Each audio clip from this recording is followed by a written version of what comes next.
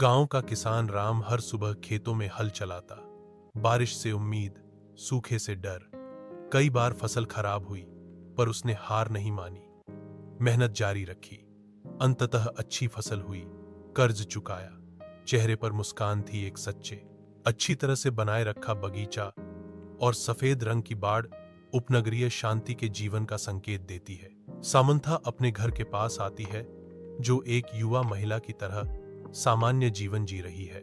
उसके कदम मापे जाते हैं क्योंकि वह अपने परिवार के घर के करीब आती है। सामंथा के चेहरे पर जिज्ञासा की एक सूक्ष्म झलक दिखाई देती है। वह घर में प्रवेश करने वाली है।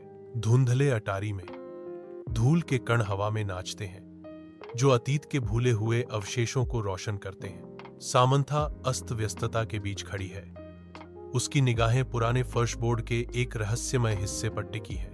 जैसे ही सामंथा एक छिपे हुए प्रवेश द्वार का पता लगाती है, घबराहट भरी प्रत्याशा की लहर उसे भर देती है। बढ़ते उत्साह के साथ सामंथा जोर लगाती है। उसकी उंगलियां गुप्त मार्ग को खोलने के लिए संघर्ष कर रही हैं। प्रवेश एक आह के साथ होता है, जो नीचे एक अंधेरी, इशारा करने वाली सुरंग का खुलासा करता है। सामंथा का चेहरा डर और उत्साह का मिश्रण है, क्योंकि वह अज्ञात गहराई में झोंकती है।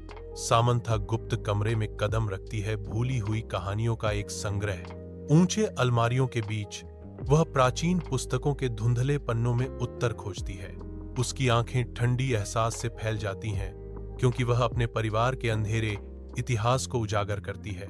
एक फुसफुसाहट कमरे में गूंजती है, शांति भंग करती है और उसका खून ठंडा कर देती है। वह घूमती है, आंखें इधर उधर देखती हैं, बढ़ती हुई आशंका से ग्रस्त है कि वह अकेली नहीं है।